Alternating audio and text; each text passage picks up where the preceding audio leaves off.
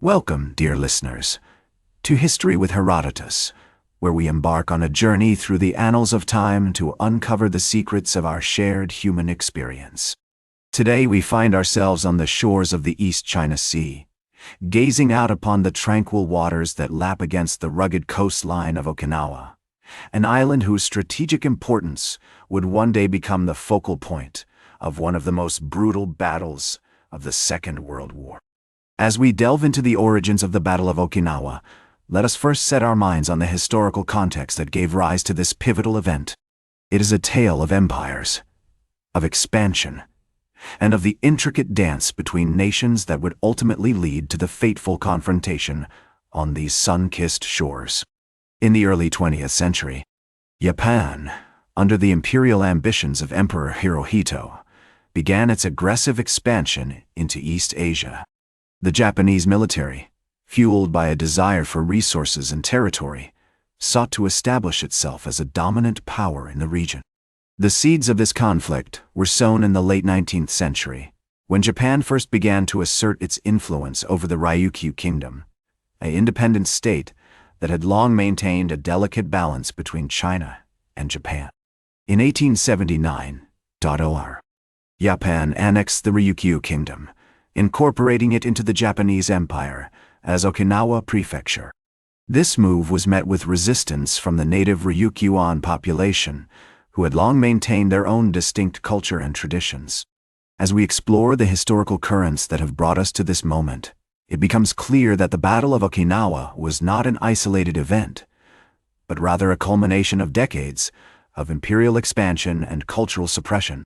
The island's unique history, shaped by its indigenous people and Japanese colonial rule, had created a powder keg of tensions waiting to be ignited. In the years leading up to the battle, Japan continued to fortify Okinawa, constructing extensive defensive networks, including underground tunnels, bunkers, and pillboxes. These preparations would ultimately prove futile against the Allied forces, but they demonstrate the significance that Japan placed on retaining control of Okinawa. The island's strategic location, situated at the southernmost tip of the Japanese archipelago, made it a crucial stronghold for the Japanese military. Key figures involved in the development of this conflict include Emperor Hirohito, who played a crucial role in shaping Japan's aggressive expansion into East Asia. Other notable figures, such as General Hideki Tojo and Admiral Izoroku Yamamoto, would also contribute to the escalation of tensions leading up to the Battle of Okinawa. The Japanese military, under the leadership of General Mitsuru Ushijima, would ultimately be responsible for defending the island against the Allied invasion. As we pause to consider the historical context that has brought us to this moment, we find ourselves on the precipice of a pivotal battle that will soon engulf the island of Okinawa. The stage is set for a brutal and decisive confrontation, one that will have far-reaching consequences for the people of Okinawa, Japan, and the world at large. Join me as we navigate the complexities of war, culture, and human experience, and uncover the fascinating story of one of the most pivotal battles in modern history.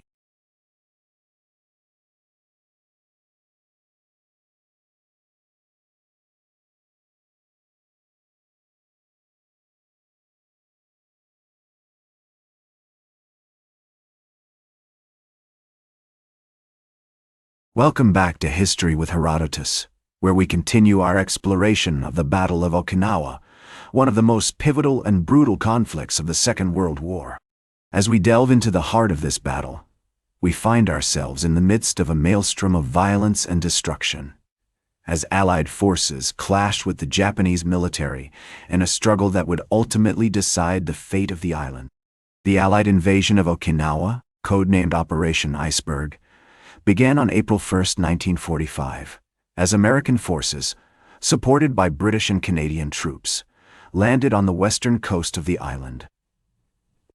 The Japanese military, under the leadership of General Mitsuru Ushijima, had prepared extensive defensive networks, including underground tunnels, bunkers, and pillboxes, which would prove to be a formidable challenge for the Allied forces.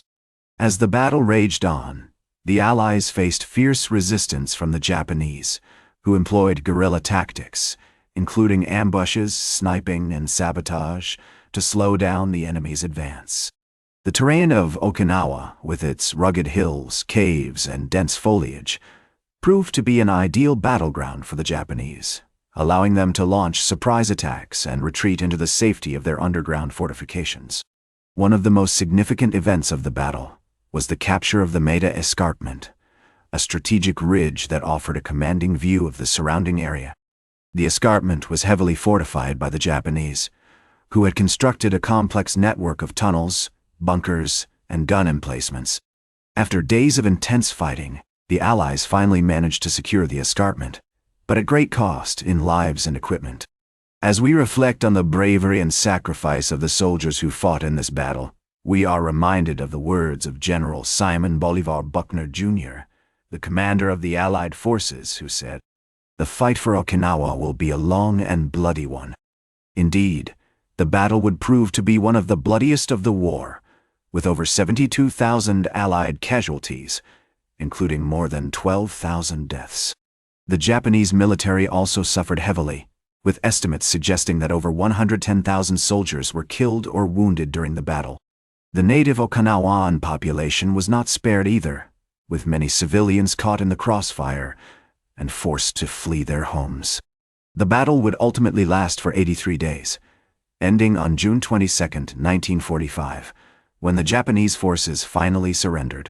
As we approach the end of this segment, we find ourselves at a turning point in the story of Okinawa, where the island's fate was forever changed by the outcome of this pivotal battle.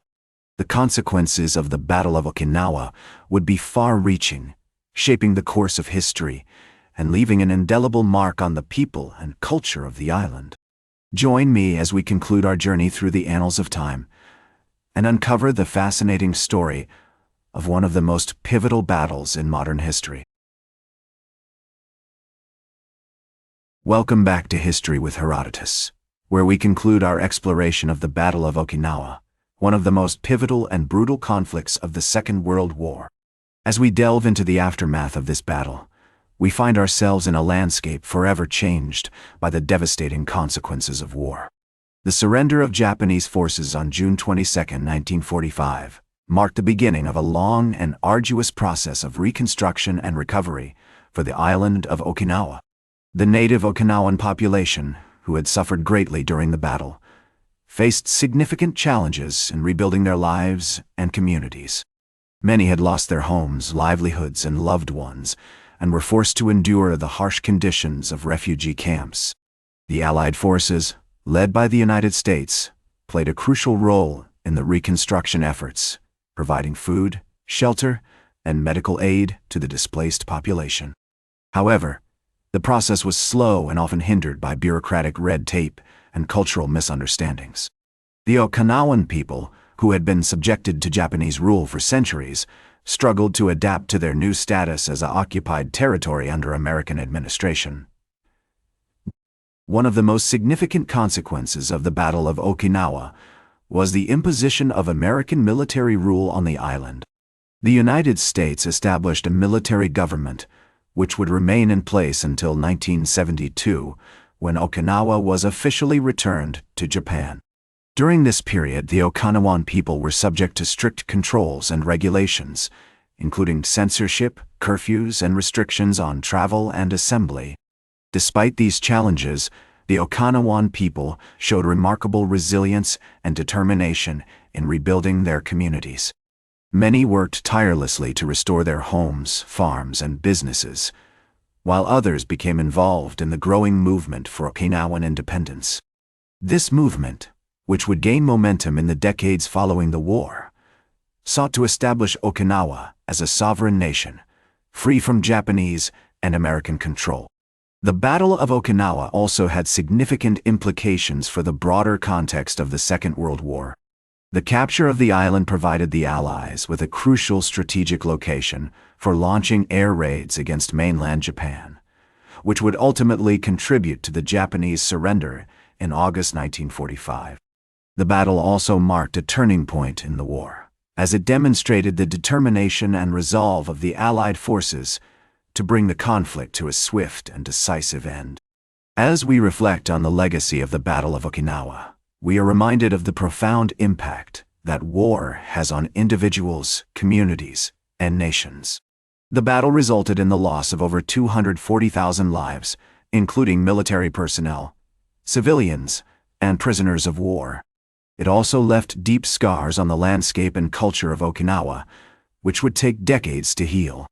Today, the island of Okinawa remains a contentious issue in international politics, with ongoing debates about the presence of American military bases and the rights of the Okinawan people to self-determination.